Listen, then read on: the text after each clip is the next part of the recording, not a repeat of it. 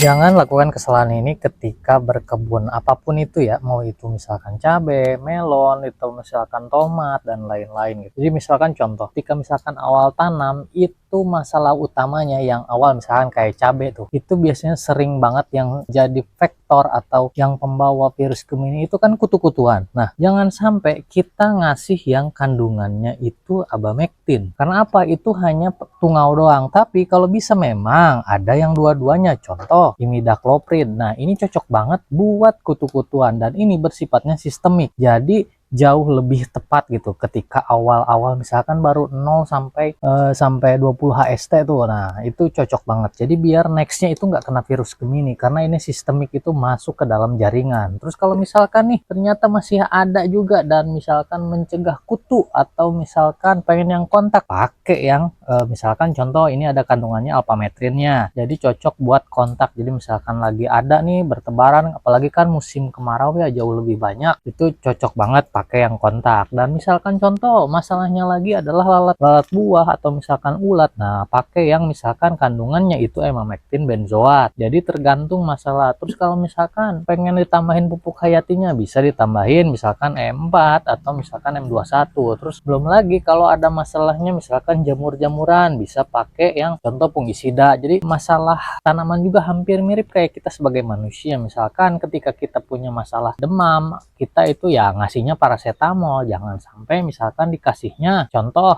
itu kayak ngasihnya omeprazol buat sakit perut. Jadi kan nggak nyambung. Jadi perlu penanganan yang tepat dan dosis tepat dan juga waktu yang tepat. Jadi itu sharing dari saya. Kalau misalkan teman-teman punya pengalaman lain terkait berkebun, boleh sharing juga di kolom komentar ya, biar teman-teman juga yang lain dapat ilmu ini. Terima kasih.